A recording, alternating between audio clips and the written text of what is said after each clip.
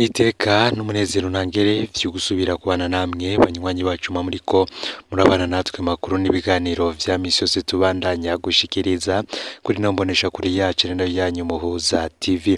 Uyu mwaka tugiye kubagezako amakuru y'ibiriko biravugwa bigezweko ngaha mu gihugu c'u Burundi, n'amakuru tuza kugaruka cane kuyavugwa mu gisata ca politike ndetse n'agateka kazina muntu.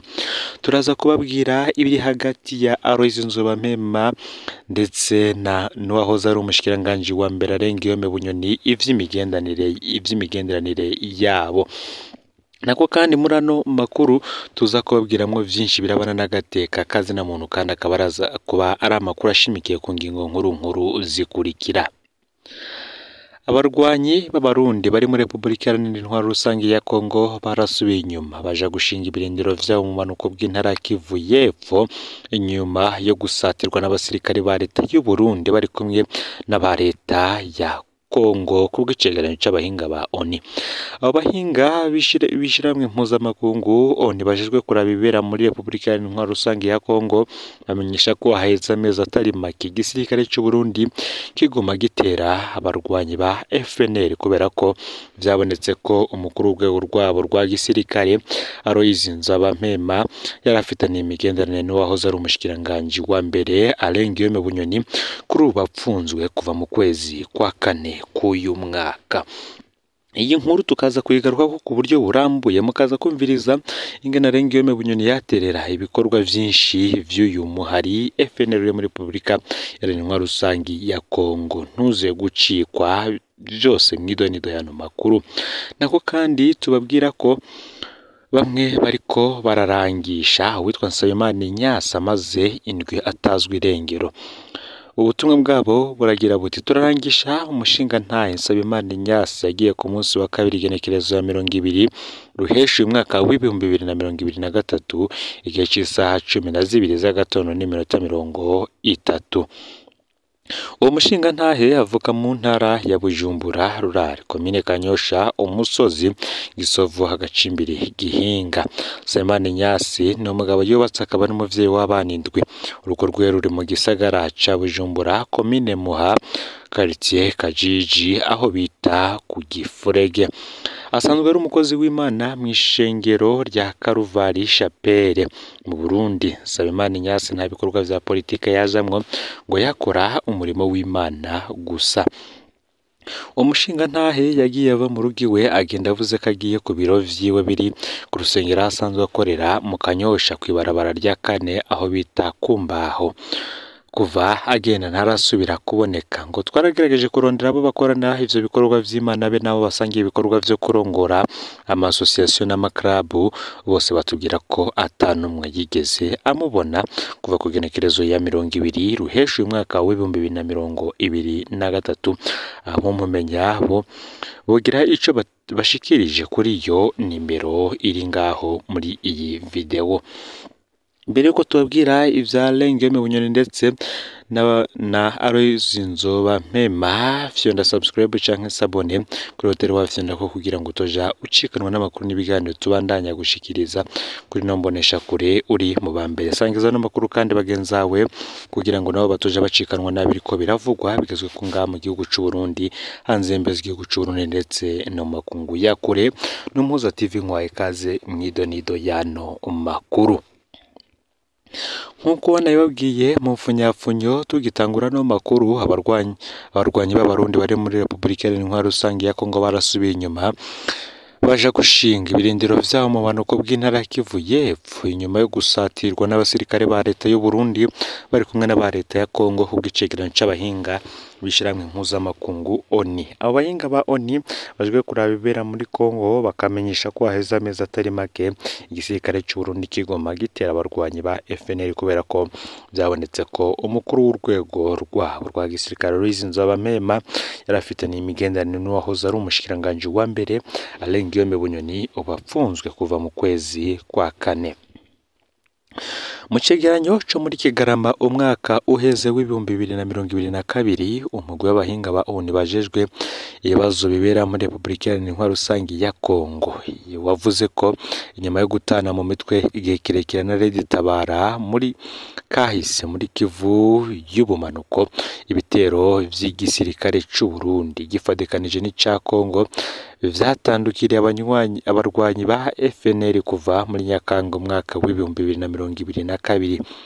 Ku bw'abo bahinga amasoko menshi yavuze ko uguhindura abagirwa ko ibitero cyane vyatewe nuko urongoye igisirikare ca FNL Nzabampema yari afitanye imigenderanire n'uwahoze ari umushikiranganje wa mbere w'u Burundi Alain Guillaume Bunyoni. Mu cegeranyo cabo ca nyuma bashikirije mu nama y'umutekano ya ONU yo kwigenekerezo 19 ruhesha umwaka w'ibihumbi 2023 abo bahinga bavuga ibijanye no kwiyongera k'ubugenzi hagati y'imigwi yitwaje ibigwanisho y'abarundi. Igisirikare c'u Burundi cagumye kibandanya kija mu bumanuko bwa Kivu y'Epfo gikurikira Red Tabara na FNL, ariko umugwi FNL niwo gusa watewe. Urunani rugizwe n'igisirikare c'u Burundi n'ica Republika Iharanira Intwaro Rusangi ya Kongo rwararwanye na FNL hagati y'ukwezi kwa mbere n'ukwa gatatu y'umwaka w'ibihumbi 2023 muri segiteri Itombwe mu gace ka Mwenga. Inyuma y'intambara zo mu mpera z'ukwezi kwa gatatu abarwanyi ba FNL barongowe na Aloys Nzabampema bace bimuka bagana mu manuko buri muri segiteri Lulenge hafi y'ibirindiro vya Red Tabara. Kubw'ico cegeranyo nyene imigwi yitwaje ibigwanisho yabandanije igira inani canke amasezerano muri Kivu y'Epfo mu ntumbero yo kurwanya urunani rugizwe n'igisirikare c'u Burundi n'ica Congo FARDC canke ikaja hamwe kugira ngo irwanye Red Tabara canke tukirwanaho canke M23. Kuva mu mpera z'umwaka w'ibihumbi 2022 umugwi CNRD n'iyindi migwi y'abamayimayi nka Mayimayi Kapapa na Mayimayi Kijangara baragize amanama menshi kugira ngo bafashanye n'urunani rugizwe n'igisirikare c'u Burundi n'ica Kongo hamwe na Gumino mu kurwanya Red Tabara. Ngo muri rusange iboneka ko imigwi myinshi y'abamayimayi yagiye ku ruhande rw'igisirikare c'u Burundi n'ica Kongo kubera ko itinya kuzimangana. Abahinga ba ONU kuri Republika Iharanira Intwaro Rusangi ya Kongo bo bakavuga ko bakamenyesha ko ku ruhande rwayo imigwi FNL na Red Tabara yasimbataje imigenderanire hagati yayo kubera ko yari isugerejwe aho mu ntara ya Kivu yo mu manuko mu buseruko bwa Republika Iharanira Intwaro Rusangi ya Kongo. Ibi rero ibivugwa hagati y'uyu murwi witwaje ibigwanisho FNL urwanya leta y'u Burundi bivugwa ko umukuru ibikorwa vyabo vya gisirikare Aloys Nzabampema yarafitaniye ubucuti budasanzwe n'uwahoze ari umushikiranganje wa mbere Alain Guillaume Bunyoni. Binavuga ko Alain Guillaume Bunyoni ngo yoba yaratanga intererano nyinshi cyane muri uyo murwi. Nako kandi mu yandi makuru tubabwira ko umugabo yishwe n'ibikomere nyuma yo gukubitwa n'imbonerakure. Bikaba vyari kwigenekerezo ya kane ruheshi hafi isaha imwe Gabriel Ndayishimiye yaragiye kubanguranya mubanyi wiwe Juvenal Ndagijimana umukozi akinjika mu gikoni ca komisariya y'igipolisi c'intara ya Gitega n'umukenyezi wiwe bakaba bari bashamiranye. Atanezerewe nuko kuza gutabara Juvenal Ndagijimana yaciye atuma ko bagenzi biwe imbonerakure kugira ngo bahashe Gabriel Ndayishimiye. Izo mbonerakure rero ngo zaramukubise cyane ngo yaranyarukanywe ku bitaro vy'akarere ka Gitega aho yaruhiye kwicwa n'ibikomere. Abo mu muryango basaba ubutungane. Ivyo zabereye mu mutumba birohe wa komine n'intara ya Gitega hagati mu gihugu. Juvenal Ndagijimana yahamagaye imbonerakure aribo Aloys Bizimana ari mu batowe aho nyene, Berikimasi Ndayizeye umworozi na Daniel Twagirayezu umwubatsi. Abo rero ngo barakubise cyane Gabriel Ndayishimiye yakubiswe yaciye ashirwa mu bitaro vy'akarere ka Gitega. Gabriel Ndayishimiye yishwe n'ibikomere aryamye ku gitanda mu bitaro vy'akarere ka Gitega ku igenekerezo y'indwi ruheshi uyu mwaka nyuma y'iminsi 3 akubiswe. Juvenal Ndagijimana yarahagaritswe amara iminsi 12 mu gasho ka komisariya y'igipolisi c'intara kuva ku igenekerezo ya 5 gushika ku igenekerezo ya 16 ruheshi, aho yaciye arekurwa mu nyuma. Batatu mubo bakoranye icaha bagumye bidegemvye kandi baritembereza ataco binona. Abo mu muryango uwishwe barababazwa no kudahana kwabaye kuri izo mbonerakure, bagasaba ko zohagarikwa zigashirwa imbere y'ubutungane.